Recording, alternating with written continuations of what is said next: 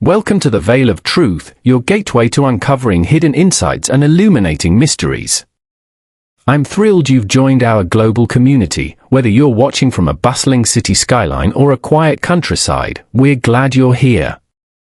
Globe showing Europe, Africa, so tell me, where are you tuning in from today?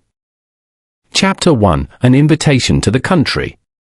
Hercule Poirot, resplendent in his perfectly tailored grey suit, sat at the small dining table of his London apartment.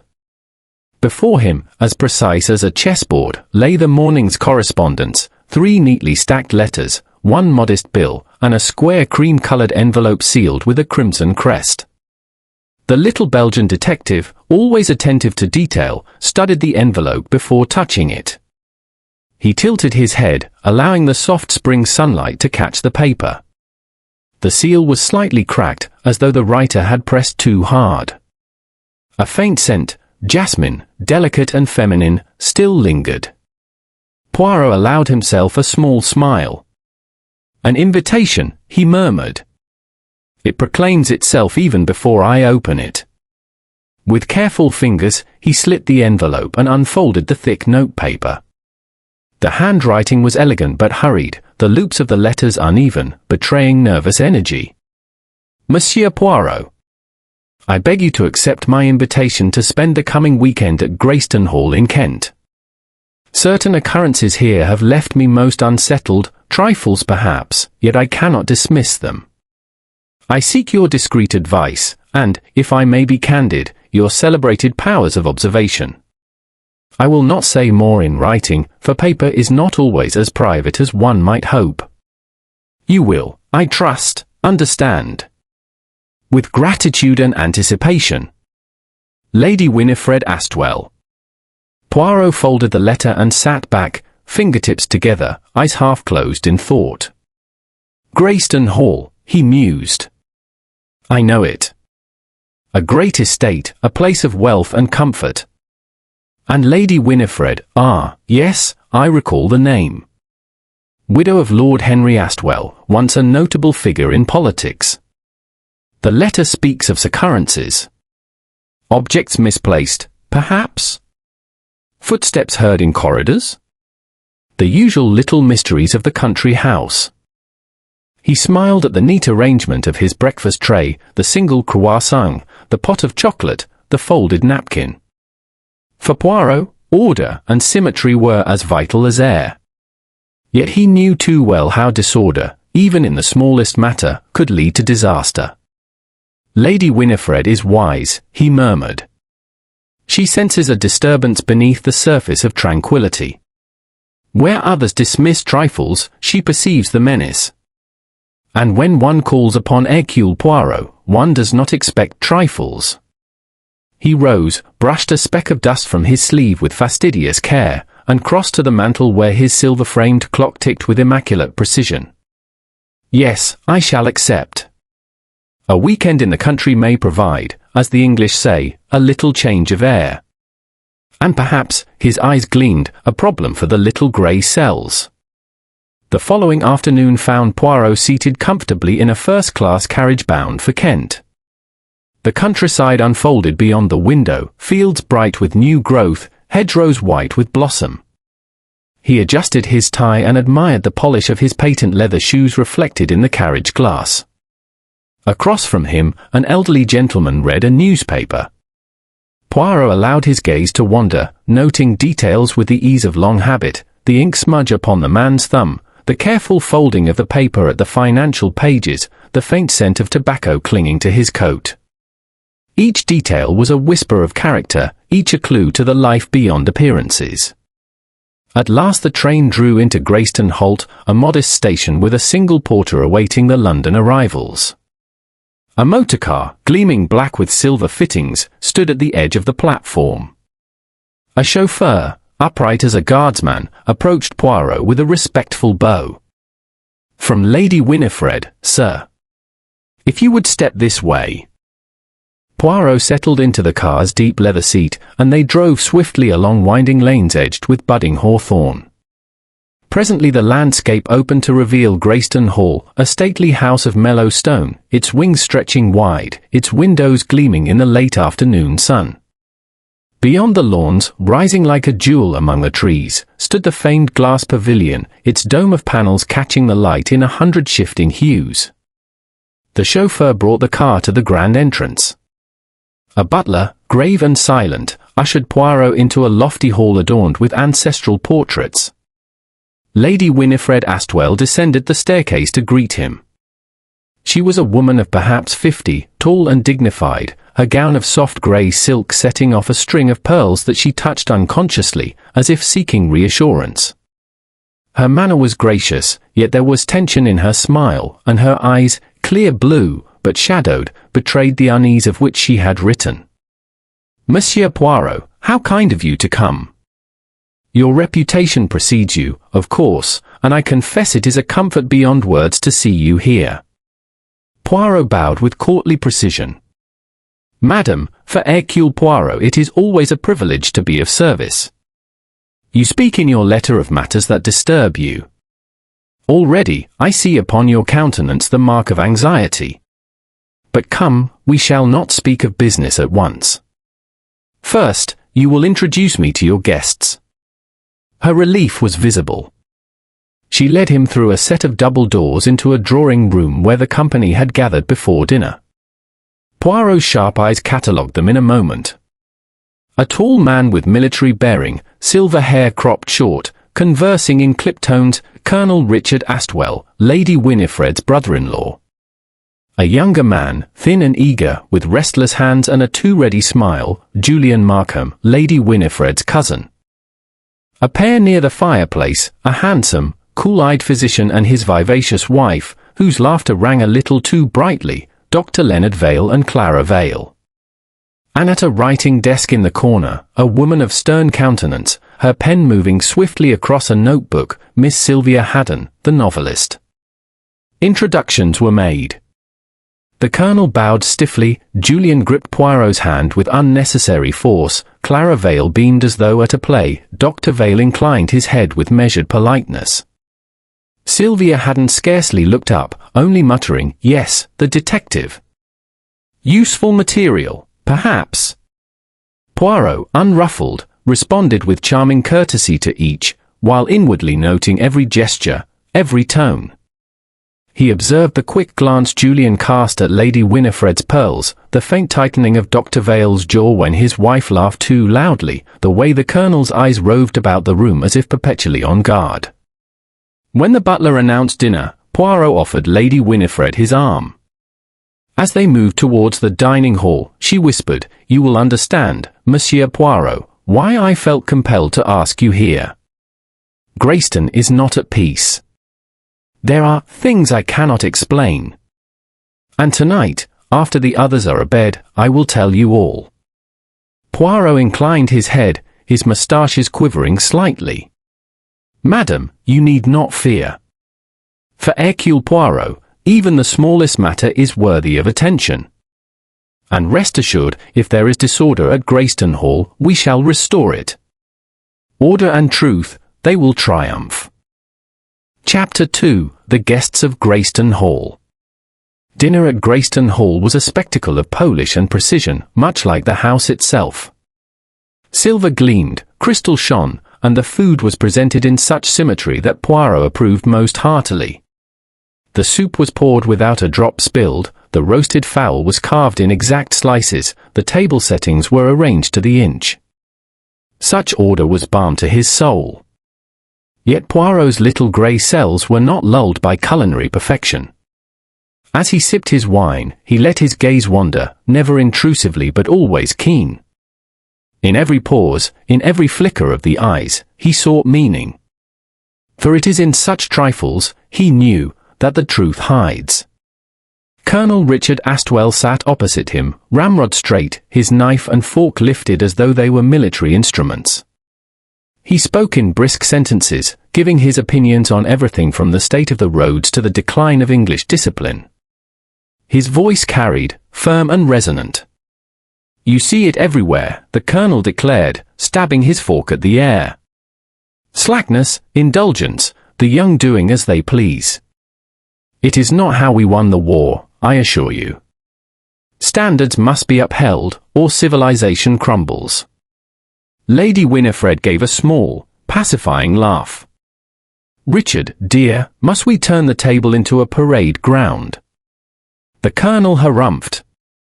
"Someone must say these things, Winifred. The world grows soft." Poirot inclined his head politely. "Colonel, you value discipline, n'est-ce pas? And yet, too much rigidity may also cause, what is the word, a fracture?" The Colonel frowned but made no reply. Poirot saw the muscle in his jaw tighten. At the Colonel's right sat Julian Markham, a wiry man with hair already thinning despite his youth. He laughed at all remarks with a nervous eagerness, as though desperate to please. When Lady Winifred spoke, he leaned forward. When the Colonel spoke, he nodded vigorously. When Poirot himself made a jest, Julian's chuckle was just a little too loud. Yet beneath the geniality, Poirot detected strain. Julian's hands fidgeted constantly, folding and unfolding his napkin, drumming his fingertips against the table. Once, when the butler presented the wine, Julian's glance flickered not to the label but to Lady Winifred's pearls, resting against her throat. It was a glance swiftly checked, but Poirot noticed. Dr. Leonard Vale, seated further down, was of a different stamp altogether. Tall, clean-featured, his dark hair brushed immaculately, he spoke little and with studied precision. His profession clung to him like a second skin, measured, detached, observant. When asked about village life, he answered briefly, almost curtly, as though conversation were a duty rather than a pleasure. His wife Clara was his opposite. A pretty young woman with laughing eyes and a cascade of golden hair, she filled the silences he left. She told anecdotes, asked questions, teased Julian, even attempted to ruffle the Colonel's sternness with a saucy comment. Laughter came readily to her lips, though Poirot thought he detected now and then a nervous edge beneath it. Each time she sparkled too brightly, her husband's eyes cooled further, as though he disapproved yet would not openly rebuke her before others. Poirot tucked away the detail. In marriage, as in crime, silence may be as revealing as speech. Finally there was Sylvia Haddon, the novelist. She was a striking figure in a severe black gown, her hair pulled back so tightly that it sharpened the angles of her face. Her pen had been abandoned for her fork, but even at table she seemed to be taking notes in her mind. Her eyes, bright and penetrating, roved ceaselessly from one guest to another, recording every gesture with the detachment of an entomologist observing insects. At one point she remarked dryly, "I must thank you, Lady Winifred, for assembling such a collection of characters. Should I require a country house cast for my next novel, I need look no further." Her words brought an uneasy laugh from the company, except from Dr. Vale, who merely raised his glass, and the Colonel, who muttered something about nonsense scribblers. Poirot, meanwhile, studied Sylvia Haddon with interest. Such a woman, he reflected, sees much, perhaps too much. Yet a writer may embellish as well as observe. One must distinguish between invention and truth. After dinner, the company retired to the drawing-room. A fire crackled in the grate, and brandy was served. Poirot positioned himself unobtrusively by the mantel, observing as the guests broke into small groups. The Colonel and Julian played a game of chess, the older man crushing his opponent with ruthless efficiency. "You must think 3 moves ahead, boy," the Colonel barked, as Julian blundered yet again. Clara Vale perched on a sofa, regaling Lady Winifred with a story of a mishap at the village fete, laughing until tears shone in her eyes. Lady Winifred smiled politely but kept smoothing her pearls, as if her mind were elsewhere. Dr. Vale stood apart, hands clasped behind his back, gazing into the fire with an expression that might have been reflection, or restraint. Sylvia Haddon, notebook once more in hand, scribbled furiously, pausing only to dart a sharp glance at the others. Poirot allowed himself to be drawn into conversation, but always with the air of one listening more than speaking. He asked Julian about his work in the city and received vague, evasive answers. He inquired of Clara whether she enjoyed country life, to which she replied, "Immensely, though one must make one's own amusement." He ventured a question to Sylvia about her novel, and she replied, "It is about truth, Monsieur Poirot. How people hide it, how it breaks through. Fiction, yes, but the essence of crime and character is always real." The fire burned lower, the brandy was finished, and the guests drifted off to their chambers. At the foot of the staircase, Lady Winifred lingered. She touched Poirot's arm lightly. "You see, Monsieur Poirot," she murmured, "the house is full. Yet in these rooms, I often feel quite alone. Tomorrow, when we are not so observed, I will tell you everything. Tonight, I beg your patience." Poirot inclined his head with grave courtesy. "Madam, you shall have it. But already I perceive much. Your guests, they are like the glass of your pavilion, each reflects, each distorts, and yet the truth, the truth, is still there to be seen." As he ascended to his room, Poirot smiled to himself. Already the house revealed its little dramas, the Colonel's rigidity, Julian's restlessness, Clara's gaiety tinged with strain, the doctor's coldness, Sylvia's scrutiny. They were threads, separate yet entangled. And Hercule Poirot, with infinite patience, would untangle them. Tomorrow, he thought, smoothing the coverlet with his usual neatness, the shadows will lengthen.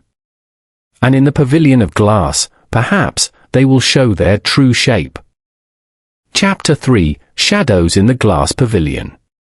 The morning at Greystone Hall dawned bright and cool, the spring sun filtering through the curtains of Poirot's room with gentle insistence.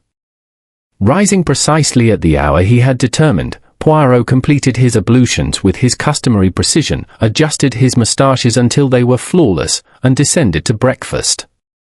Lady Winifred presided at the table, her pearls gleaming against a dark gown. She greeted Poirot warmly, though her smile was shadowed. Clara Vale chattered cheerfully over her eggs, while Julian Markham yawned extravagantly and reached for marmalade. Colonel Richard read the newspaper with military absorption, and Dr. Vale ate in silence, his long fingers steady upon his teacup. It was Sylvia Haddon who broke the morning calm. "I walked through the gardens before breakfast," she remarked in her dry, penetrating tone. "I lingered by your famous glass pavilion, Lady Winifred. A most curious structure. One feels simultaneously inside and outside, hidden and exposed. It is beautiful and unsettling." Lady Winifred gave a faint start. Yes, it has that effect. My husband commissioned it years ago as a place for music and summer entertainments. It has always been admired." She lowered her voice slightly. "But lately, well, I cannot help feeling uneasy when I enter it." Poirot glanced at her over his coffee cup. "Uneasy, madam? That is most intriguing. A building of glass, how could one hide there?" Her hand fluttered to her pearls. "Perhaps that is precisely it. Everything is visible, and yet, sometimes one sees more than one expects." The Colonel snorted. "Nonsense. It is a fine pavilion. Winifred, you are allowing fancy to trouble you." "Perhaps," she murmured. Later that afternoon, Lady Winifred herself led Poirot to the gardens. The air was sweet with lilac and hyacinth. Beyond a stretch of immaculate lawn and a row of copper beeches, the glass pavilion shimmered like a jewel.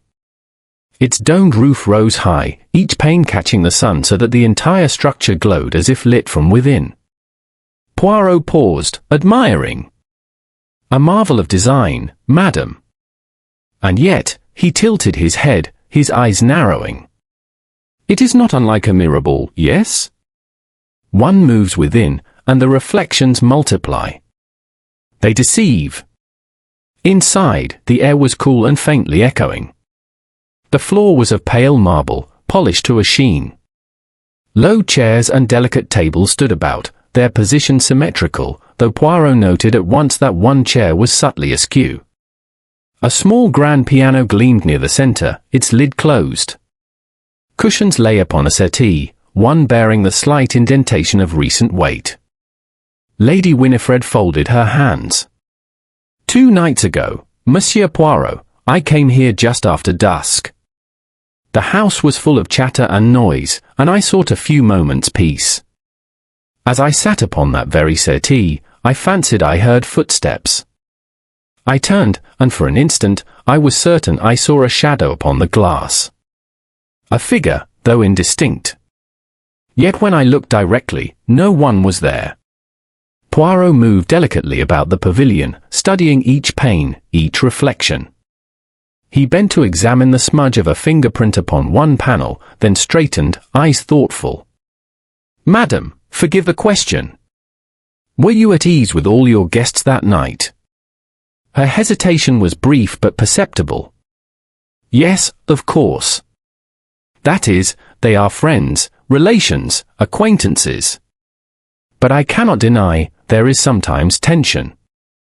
Richard is overbearing. Julian is careless. The Vales, well, one hardly knows what lies beneath their manner. And Sylvia Haddon sees too much." Poirot inclined his head gravely. "It is always thus, madam. A gathering of people is like a crystal bowl filled with water. Still, it seems clear, but disturb it, and ripples reveal hidden depths." That evening, as twilight descended, the party once again assembled in the Glass Pavilion for drinks. The structure glowed softly in the moonlight, its panes reflecting candle flames and the silhouettes of its occupants. Poirot stood near the piano, sipping a cordial and letting his sharp eyes wander. Julian laughed too loudly at Clara's joke, spilling a drop of wine in his haste to reply. Colonel Richard prowled, his heavy footsteps echoing, as if on perpetual inspection. Sylvia sat apart, notebook in hand, sketching words as swiftly as her eyes darted about. Lady Winifred remained close to Poirot, her unease palpable. Poirot's attention, however, lingered on details others ignored. He observed how the Colonel's reflection seemed to loom larger upon the glass than his actual figure. He noted how Clara's movement was doubled, so that one could almost believe 2 women stood where there was only one. He observed the angle of the moonlight and how it distorted shadows into grotesque shapes. At one point, Clara exclaimed, "Oh, how strange! For a moment I thought someone was standing outside, watching us. But it was only a reflection." Lady Winifred paled. Poirot, however, merely adjusted his moustaches and murmured, "Just so, madam. A reflection. Yet reflections can mislead." When the company withdrew for the night, Poirot lingered. Alone in the pavilion, he paced slowly, his patent leather shoes clicking softly on the marble. He examined the smudge again, touched the indentation on the cushion, and adjusted the chair that had been askew. He whispered to himself, "There is order, and there is disarray. And when in a house of glass one finds disarray, then truly there is something to observe." He stood quite still, gazing at the moonlight upon the dome. "This place, it is beautiful, but dangerous. It invites illusions. One may see what is not there, or fail to see what is. For the criminal, such a stage is perfect. But for Hercule Poirot, it is also perfect, for truth leaves its trace, no matter the distortion." He touched the brim of his hat, satisfied with his inspection. As he turned to leave, a draught stirred through the pavilion, carrying with it the faint sound of laughter from the house. The echo seemed eerie in the glass dome. Poirot paused a final time. "Shadows, reflections, illusions," he murmured. "So fragile, so treacherous. Yes, here, in this pavilion, the drama will unfold. And Hercule Poirot will be ready." Chapter 4, A Death in the Night. The following morning broke with a fragile serenity. Sunlight spilled gently over the lawns, birds trilled from the hedgerows, and a faint breeze stirred the curtains of Poirot's room. Yet the tranquility of Greystone Hall was a deception, for beneath the calm, tension coiled like a spring. Poirot rose promptly, performing his morning rituals with his customary precision. His suit was immaculate, his moustaches perfectly curved, and his thoughts already racing ahead to the day's possibilities.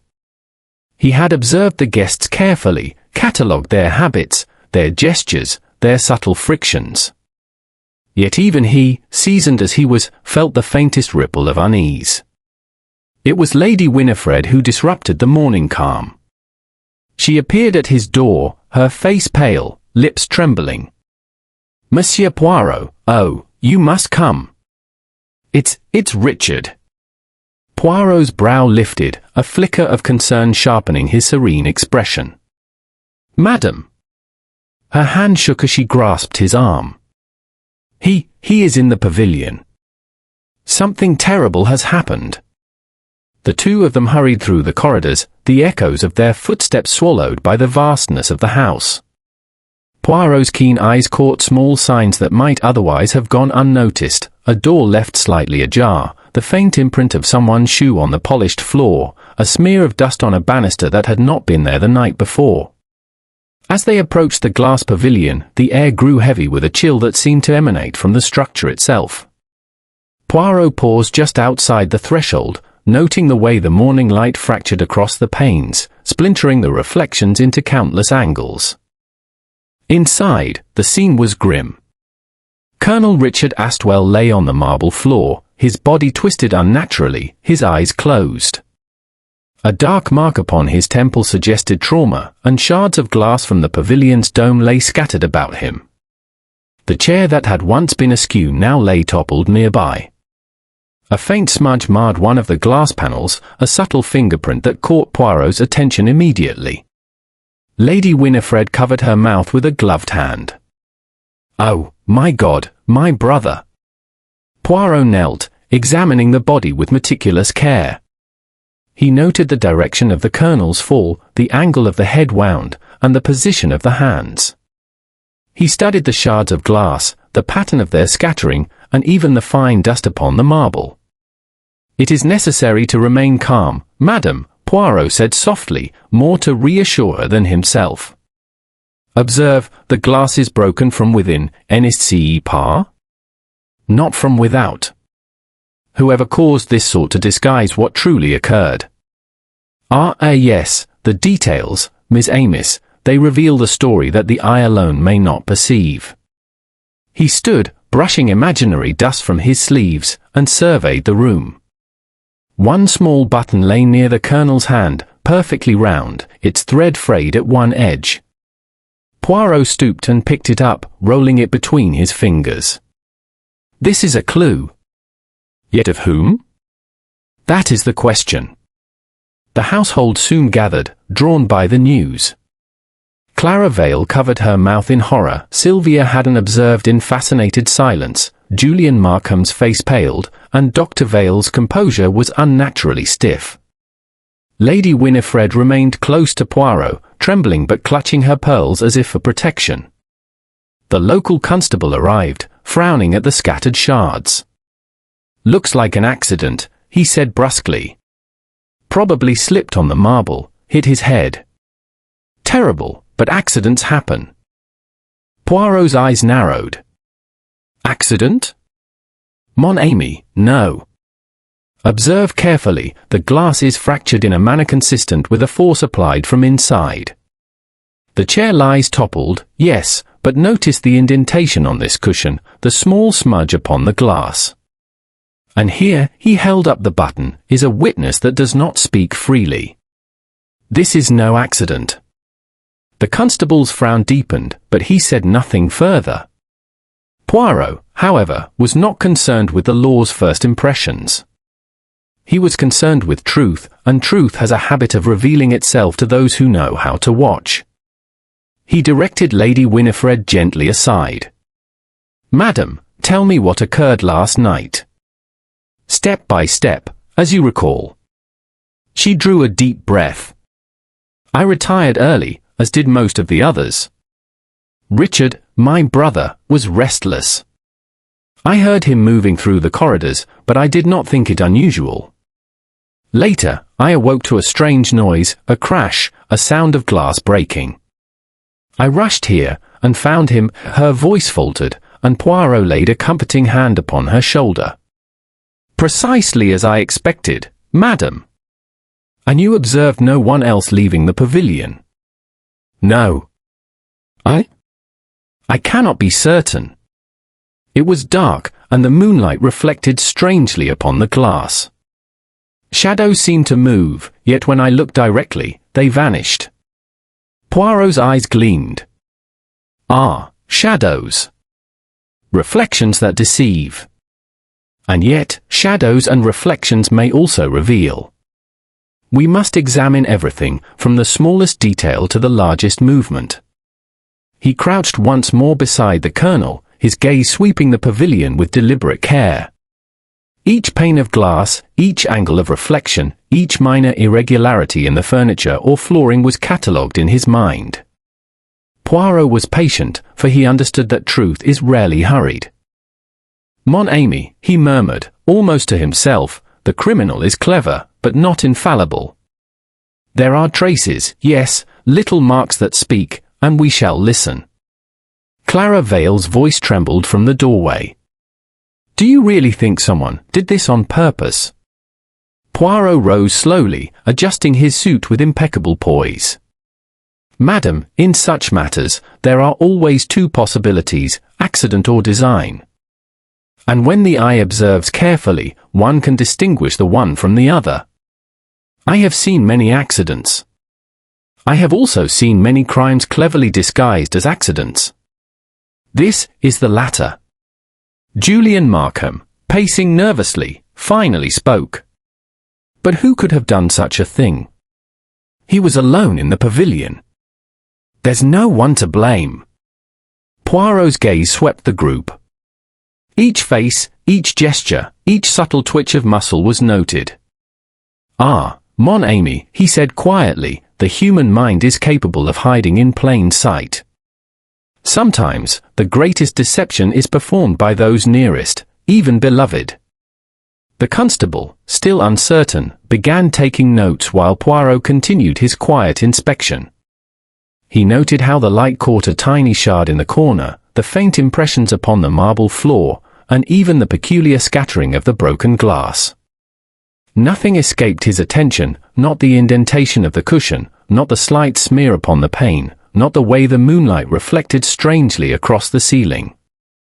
Finally, Poirot stepped back, placing a gloved hand upon his moustache, his eyes fixed thoughtfully on the silent, still body of Colonel Richard Astwell. Yes, he murmured, more to himself than anyone else. We are no longer in a house of glass for beauty alone. We are in a stage, set for drama. The crime is done. The actors are before us. And Hercule Poirot shall unmask the author of this tragedy, for the truth has left a trace, and I shall follow it, bit by bit, clue by clue, shadow by shadow. Chapter 5, Secrets and Suspicions. The morning after Colonel Richard Astwell's death arrived with a grim stillness. Sunlight, usually cheerful, filtered weakly through the clouds and cast long shadows across the lawns of Greystone Hall. The household moved with a muted urgency, servants bustling silently, doors closing softly, the weight of unspoken fears hanging over every corridor. Hercule Poirot rose early, as always, and began his day with meticulous order. He made his bed with geometric precision, polished his shoes until they gleamed, and methodically reviewed his observations from the previous day. The pavilion, the broken glass, the smudge on the pane, the indentation on the cushion, and most curious of all, the tiny button beside the colonel's hand, all these were clues waiting for their proper arrangement in the little grey cells. By mid-morning, Poirot was ready to begin his careful questioning. He called Lady Winifred to his side. Madam, yesterday's tragedy is most unfortunate. But we must examine the minds of those present, yes? For in the human heart lies the motive, and in the hand lies the act. Tell me, who among your guests might have had cause to dispute with Colonel Richard? Lady Winifred shook her head. Monsieur Poirot. Richard was difficult. Always sharp-tongued. Julian, my cousin, is sometimes reckless. Dr. Vale, ever precise, rarely disagrees aloud, but his manner can be icy. And Clara, his wife, well, she is kind but spirited. I cannot imagine anyone wishing him harm, yet I know it is foolish to dismiss the possibility. Poirot smiled faintly, adjusting his moustaches. Foolish, perhaps, yes. But in these matters, the smallest tension may escalate. Even trifles may become deadly. The first interview was with Julian Markham. He sat nervously on the settee, hands twisting a handkerchief. Julian, Poirot began gently, you were in the house last night. Can you recount your movements, step by step? Julian's smile was tight. Of course, Monsieur Poirot. I was in my room, reading, and then I went to check on Richard. He sometimes wanders at night. I found the door to the pavilion closed, so I left. That is all. Poirot's eyes, sharp as a hawk's, did not miss the subtle tremor in Julian's fingers. Ah, yes. You say you left the pavilion door closed. Did you hear anything, voices, footsteps, the slightest disturbance? Julian hesitated. No. I mean, perhaps. I thought I heard a noise, but it might have been the wind. Poirot's gaze was steady. Interesting. We shall consider the noise carefully. He paused, allowing Julian's nervousness to settle further upon him. Every twitch, every shift of weight, every micro-expression was catalogued in his mind. Next, Poirot spoke with Clara Vale, the doctor's wife. She was seated near the fire, her eyes wide, her hands clasped tightly. Madame Vale, did you observe anything unusual last night? Poirot asked, leaning slightly forward, his voice soothing yet insistent. Clara shook her head quickly. No. I went to bed as usual. But she faltered, glancing at her husband, Dr. Vale, who stood stiffly nearby. I thought I saw Julian near the pavilion. But the moonlight, it made shadows dance. I cannot be certain.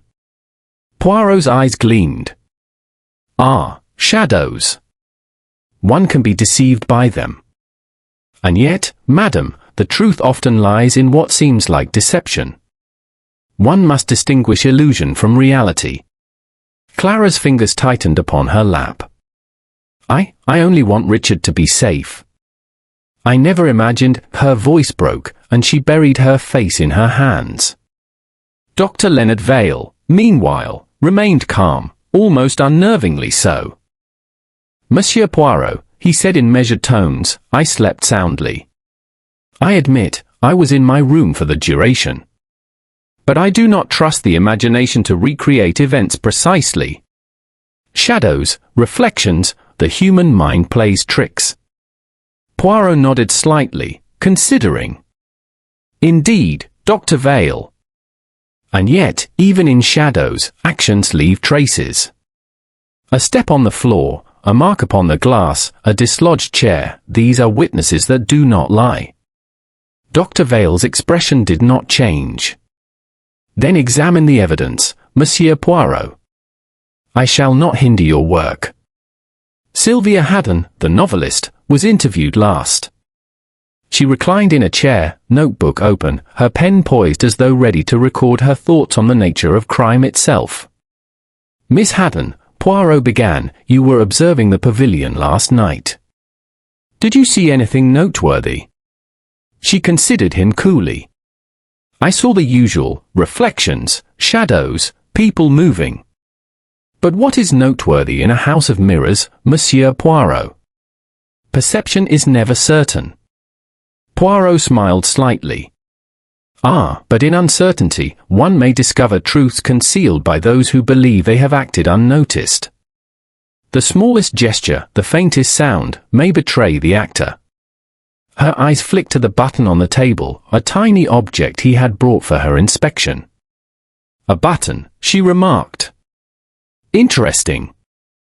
It does not belong to any of the clothing I observed, though it might have fallen from a jacket recently worn. It could be significant, or merely incidental. That is the challenge of observation, n'est-ce pas?" Poirot's moustaches twitched in satisfaction. "Just so, Miss Haddon. And that is why one must listen carefully, for each object, each gesture, each word may tell a story of guilt or innocence." After the interviews, Poirot retired to the pavilion, alone, to examine the scene once more. The morning sun fell at an oblique angle, and the reflections of the panes created a lattice of distorted shapes across the marble floor. He crouched, studying the shattered fragments of glass, the indentation on the settee, and the tiny button. Each item, each mark, each shadow had its role in the story. He murmured softly, "We have motives, yes, and suspicions, but we must distinguish the guilty from the innocent. The human heart is full of duplicity, yes, but the hand betrays it always. One must merely know how to see." He traced the paths of movement across the pavilion, the angles where reflections might have deceived observers, and the points where a person could have struck and left only subtle traces behind. Even the air itself seemed to speak in whispers, carrying faint echoes of steps, of voices, of tension. Poirot paused and adjusted his coat. "The game has begun, Miss Amos. Red herrings will abound, lies will layer upon lies. But the truth will emerge. And when it does, it will shine as clearly as the sun upon these panes of glass." That evening, the household gathered for dinner, but the atmosphere was tense. Conversations were clipped, laughter forced. Julian avoided Clara's gaze, Dr. Vale maintained his rigid composure, and Sylvia Haddon observed each interaction as if it were a scene in one of her novels. Lady Winifred sat beside Poirot, whispering softly, "Do you truly believe, Monsieur Poirot, that one among them?" Poirot gave a calm, measured nod. "Madam, in a house of glass, the smallest fracture may conceal a great fault. One among your guests bears the mark of design upon their soul. But patience is required. The mind must unravel the threads before accusation can be made." As the evening progressed, shadows deepened in corners, reflections multiplied upon the walls, and the pavilion's glass seemed almost to pulse with secrets. Poirot, ever serene, observed all, storing each detail in his mind. In the quiet, he mused. Soon, the guilty will stumble.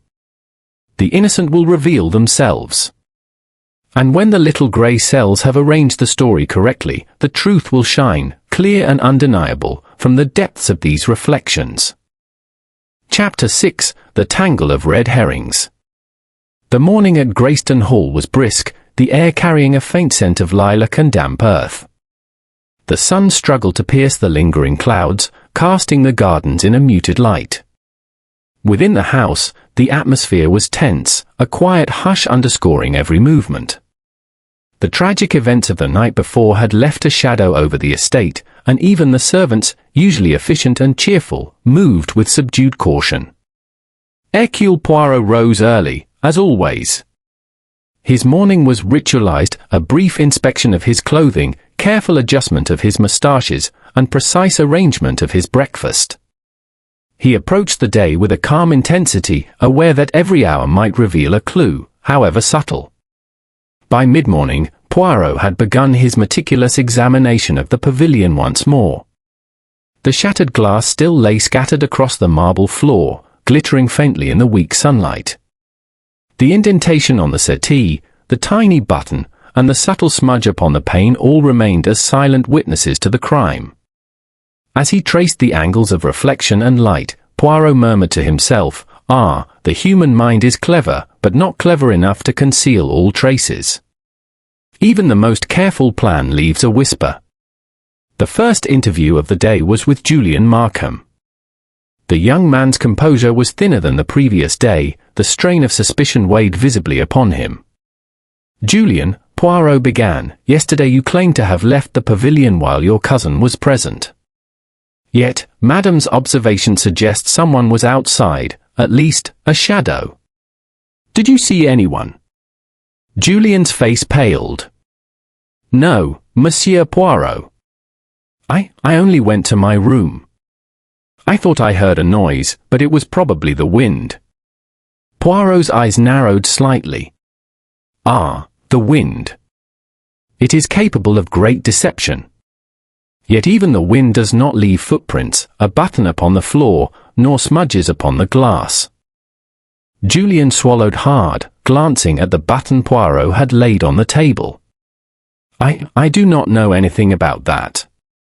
Poirot smiled faintly. "We shall see, monsieur. Patience, as always, reveals much more than haste." Next, Poirot questioned Clara Vale. She was seated near the window, hands nervously twisting the edge of a napkin. "Madame Vale, yesterday you mentioned seeing Julian near the pavilion. Yet now you say the shadows may have misled you. Tell me precisely what you observed." Clara's eyes widened. I thought I saw him standing there, outside the glass. But the moonlight, it reflected strangely. I could have been mistaken. Perhaps I imagined it." Poirot inclined his head. "Ah, imagination. Powerful, yes. And yet truth may masquerade as imagination. Your statement is important, madam. Even when uncertain, the mind records impressions that later may be verified." She looked at him, uncertain. "Do you really think someone here?" Poirot placed a gentle hand on her wrist. "Calm, madam. I do not accuse yet. I observe. And in observation lies the path to justice." Dr. Leonard Vale's alibi was precise, almost unnervingly so. "Monsieur Poirot," he said, voice smooth and measured, "I remained in my room all night. I heard nothing, I saw nothing, and I can account for my actions completely." Poirot's gaze was steady. "Indeed, Dr. Vale. And yet one does not measure merely by absence of movement. Presence may reveal itself in marks, in displaced objects, in shadows upon the glass." The doctor's lips tightened slightly. "I assure you, Monsieur Poirot, there is nothing. I have no explanation beyond what I have already stated." Poirot's moustaches twitched in subtle amusement. "Ah, but you see, even in the absence of explanation, one may find truth. The hand, the floor, the glass, they remember." Sylvia Haddon, observing quietly, finally spoke. "Monsieur Poirot, you speak of reflections and shadows. In a house of glass, one sees doubled images, multiplied figures, illusions of movement. Perhaps the mistake is thinking that shadows correspond to reality." Poirot smiled faintly. "Just so, Miss Haddon. Yet shadows, reflections, and illusions are themselves traces. They betray not only light, but intention. One may hide in them, but the traces remain." By late morning, Poirot called the household together in the drawing room. He did not yet reveal his conclusions, but he wished to test subtle contradictions and observe reactions.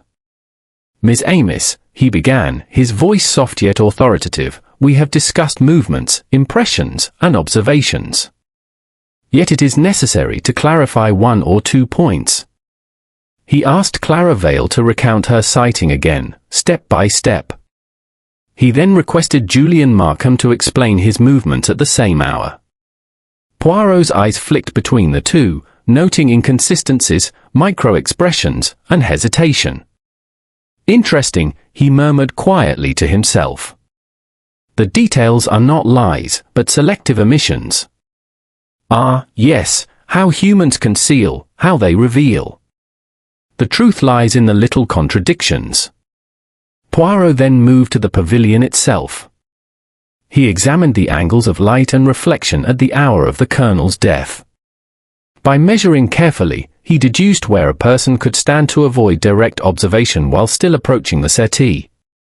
He traced possible paths across the marble floor, noting the likelihood of leaving traces, a footprint, a displaced cushion, a smear upon the glass. It was in these meticulous observations that Poirot detected what he considered the first tangible clue, the tiny button. Its thread was frayed at a particular angle, suggesting rapid removal. Its size and placement indicated that it likely fell from a jacket worn during a hurried movement. Later that afternoon, Poirot interviewed Lady Winifred again. He sought to understand not only the facts of the house but the emotional terrain of its inhabitants. "Madam, how does your household interact? Are there disagreements, tensions, minor grievances?" Lady Winifred sighed. "Yes. Richard was harsh, Julian sometimes careless, Clara impetuous, the doctor reserved. And Sylvia Haddon, she observes everything. But I never imagined anyone capable of," her voice faltered, and Poirot nodded sympathetically. "Madam, one does not imagine crime until the evidence speaks. And evidence, in its quietest form, always speaks. It is not imagination, but observation, that leads to justice." Lady Winifred's eyes glistened. "I hope, Monsieur Poirot, that is true." By evening, the tension in the house was palpable. Dinner was a muted affair, conversation limited to polite pleasantries. Shadows flickered upon the walls as the firelight danced, reflections from the windows creating a complex lattice of light and dark. Poirot remained calm, serene in the eye of the storm. He observed the faint tremors in Julian's hands, the subtle avoidance of the doctor's gaze, the way Clara's laughter faltered when she glanced toward the pavilion. Each gesture, each hesitation, each shadowed expression was a thread in the tapestry of the night's tragedy. As the household retired, Poirot lingered by the fire. "Red herrings," he murmured, "deceptions laid upon truths, each designed to confuse the observer. Yet nothing escapes the little grey cells. The human hand is clumsy in its perfection, and one day, the culprit will stumble." He allowed himself a faint, knowing smile. "Patience, patience, the strands will unravel. Shadows will reveal, and the truth will shine, as clear and cold as the glass of that pavilion. Ah, Miss Amos, the game has truly begun." Chapter 7: The Web Tightens. The day following the meticulous inquiries passed in an uneasy quiet. The corridors of Greystone Hall seemed longer, darker, the shadows lingering as though reluctant to leave. Even the sun, which had risen with modest brilliance, struggled through the morning clouds as if uncertain whether to illuminate the truth or conceal it. Hercule Poirot spent the early hours in silent observation. He examined the pavilion from multiple angles, tracing the reflections and pathways. Each pane of glass became a lens into human behavior, each shadow a subtle witness to intention. "Order, always order," he murmured to himself. Yet humans are, Miss Amos, humans are not ordered. They stumble, they conceal, and they betray. But the little grey cells, yes, they see all. Poirot summoned Lady Winifred for a private conversation in her sitting room. She looked pale, her hands clutching a silk handkerchief. "Madam, I must ask about the relationships among your household," Poirot began, his voice gentle but precise. "You mentioned tensions yesterday, but I require specifics. Who among them might have had motive to harm your brother?" Lady Winifred hesitated. "Richard, he was strict, controlling. Julian sometimes bristled at his authority, though he is generally harmless. Clara, his wife, is devoted but spirited, she sometimes disagreed with him. Dr. Vale, he is precise, unemotional, almost distant. And Sylvia Haddon, she observes too much. But none, I think, would wish him dead." Poirot inclined his head. "Ah, madam, sometimes the heart is capable of more than we believe. And the cleverest plan can appear impossible until one studies it from all angles. Motive, opportunity, and method, they combine quietly, invisibly, like layers of reflection in the pavilion. By late morning, Poirot began a second round of interviews, focusing on contradictions and inconsistencies. Julian Markham's demeanor was increasingly strained. He spoke cautiously, measuredly, as though selecting words with deliberate care. Yet Poirot observed the subtle tremor in his hands, the darting glances at Lady Winifred and at the pavilion. "Julian, I am interested in your memory of last night," Poirot said. "Step by step, your movements. Were you alone at any point? Did you touch any object in the pavilion?" Julian's eyes flickered to the small button laid on the table. "No. I didn't touch anything, at least, not that I remember. I went to my room, that is all. I assure you." Poirot's moustaches twitched. "Memory, monsieur, is a curious thing. Sometimes, it omits facts inconvenient to the mind. And yet, even in omission, traces remain." Clara Vale's nervous energy was equally revealing. When questioned again about the night, she admitted to approaching the pavilion after hearing a noise. Her voice trembled, but she insisted she saw no one. Yet Poirot detected the subtle shift in her expression when Julian's name was mentioned, a micro-expression so brief it could have been mistaken for fatigue. Dr. Vale's composure was almost unshakable, but even he displayed a slight stiffness when questioned about the timing of his movements. He spoke precisely, yet there was a rigid hesitation before some answers, a pause long enough to suggest careful calculation. Sylvia Haddon, the novelist, observed from her chair, taking notes silently. Occasionally, she interjected with questions that seemed more literary than investigative. "Monsieur Poirot," she said, "you speak of shadows and reflections. Is it not possible that our perceptions deceive us entirely? Perhaps no crime occurred, and our imaginations have constructed a narrative from coincidence and fear." Poirot allowed a faint smile. "Ah, Miss Haddon, imagination is indeed powerful. Yet even in fiction, as in reality, details betray the truth. A mark upon the glass, a displaced chair, a fragment of evidence, these are as real as your pen and paper. They speak of what the mind may wish to conceal." That afternoon, Poirot conducted a subtle experiment in the pavilion. He arranged chairs and tables to simulate possible scenarios of movement during the fatal incident. He traced possible paths across the marble floor, noting where a person could stand without being seen directly and how reflections might distort the observer's perception. He paused before the smudged pane. "Here, mon ami," he murmured. "A fingerprint remains, faint but telling. The hand has touched the glass. Yet whose?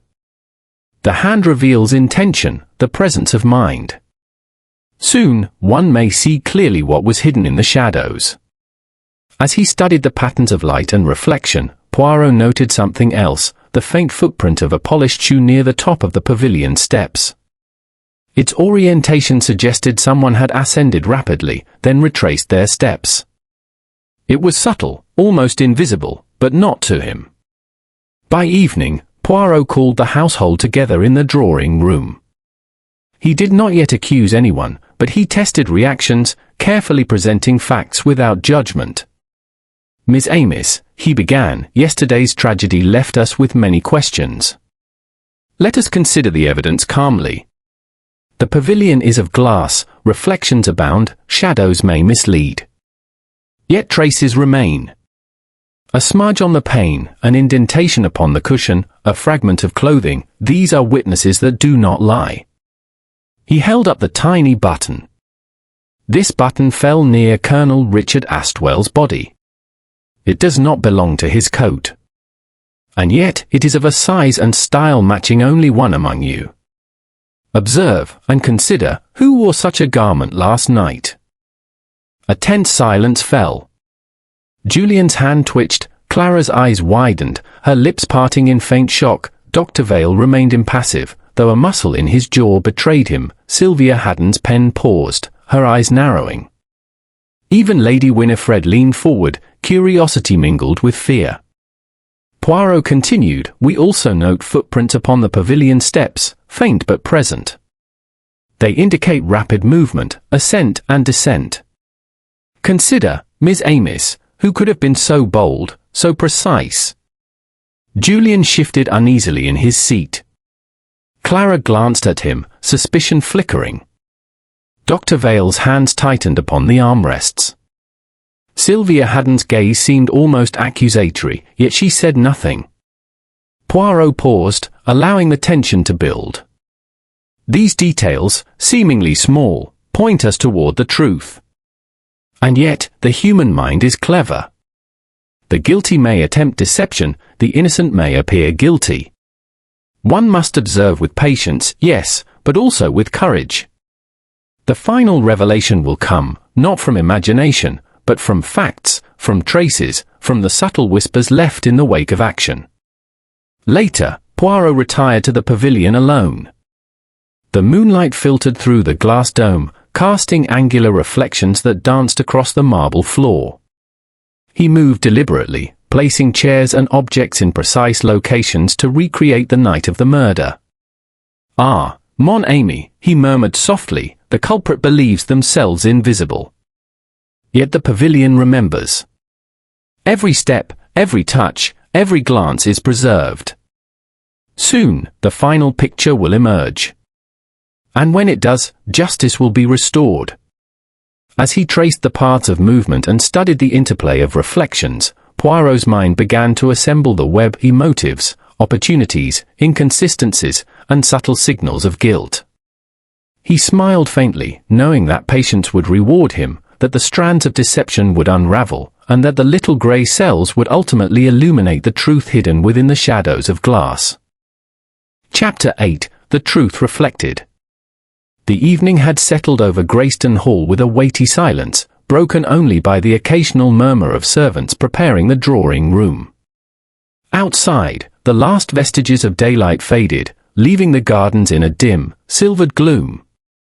Within, the household assembled, their faces pale, their eyes wary. Each person sensed that the day's tensions were about to reach a climax. Hercule Poirot entered, serene and deliberate, his coat impeccably adjusted and his moustaches perfectly curved. He surveyed the assembled company, Lady Winifred seated gracefully, though her hands betrayed nervous energy, Julian Markham shifting uncomfortably, Clara Vale attempting composure but failing, Dr. Leonard Vale rigid and almost statuesque, and Sylvia Haddon observing quietly, pen poised. Poirot's gaze swept the room with precision, his expression calm yet commanding. "Miss Amis," he began, "we have spent many hours observing, questioning, and examining. And now, the time has come to reveal the truth. The glass pavilion, which appears so beautiful, so innocent, has been the stage for a tragedy most cunningly designed. But cunning, Miss Amis, cannot outwit the little grey cells." A shiver passed through the room. Lady Winifred's hands clutched her pearls, Julian's fingers twitched nervously, and even Dr. Vale's stoic composure seemed strained. Colonel Richard Astwell, Poirot continued, was a man of strong will, unyielding temper, and strict standards. These qualities, admirable though they may be, created tensions. But tension alone does not kill. One must consider opportunity, motive, and method. And in this house, each of these elements can be traced with care, like the path of light upon your pavilion's glass. Poirot turned slightly, gesturing toward the pavilion with a delicate hand. The fatal incident occurred here. The glass was shattered from within, the colonel fell, and a fragment of evidence, a tiny button, was left behind. It is from a jacket belonging to the person who orchestrated this act.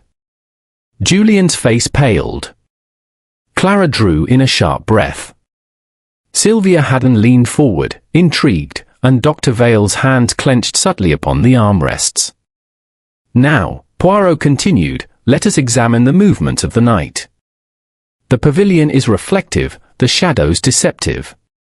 Witnesses have observed, but misperception is common in a house of glass.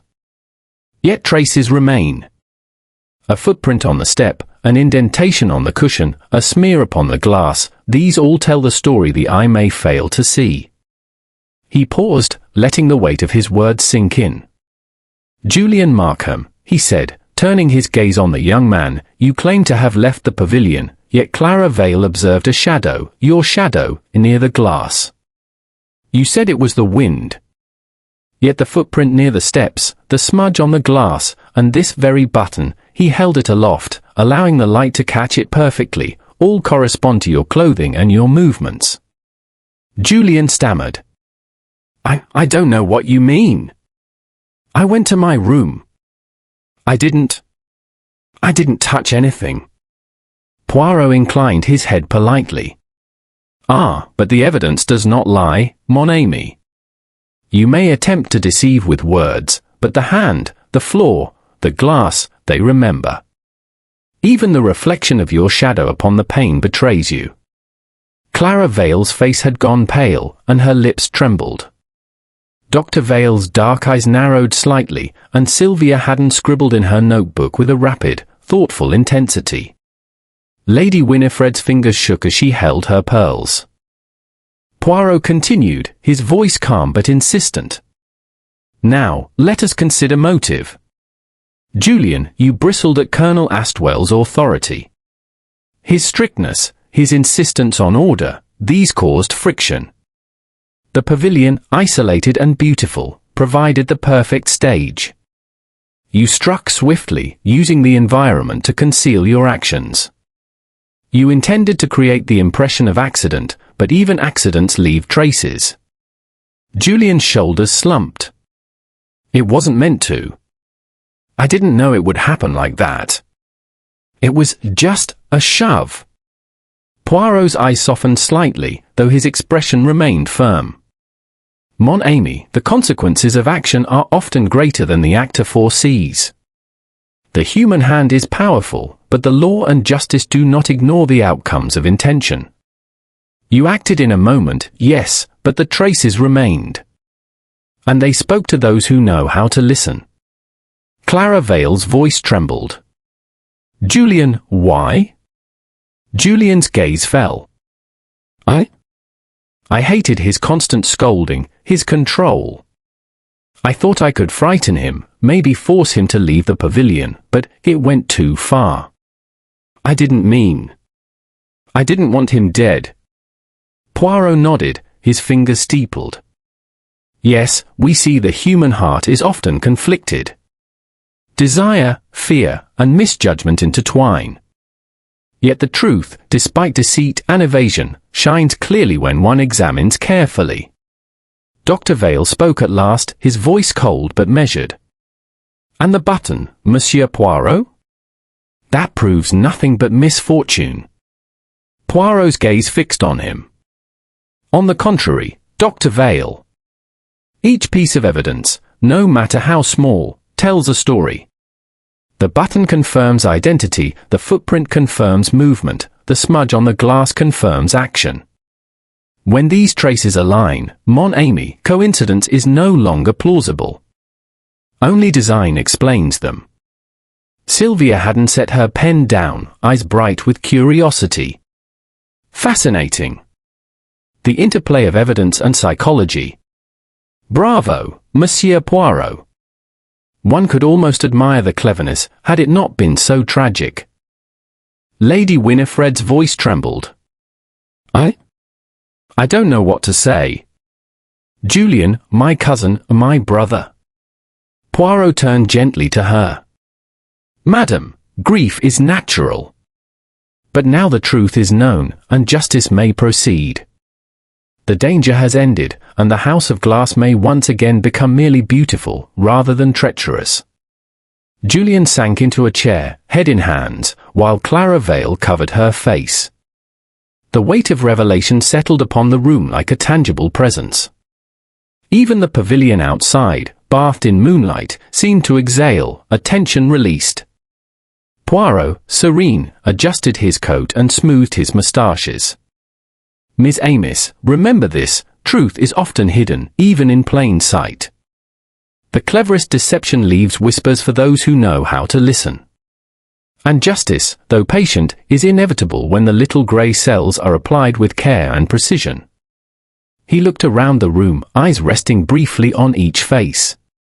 Let this be a lesson: human motives are complex, human actions often misguided. Yet even in tragedy, there is clarity, for the traces remain, and those who observe with diligence will uncover them. As the household absorbed the revelation, silence descended, profound and contemplative. Outside, the moonlight fell across the pavilion, sparkling off the glass, illuminating the space where shadows and reflections had once concealed truth.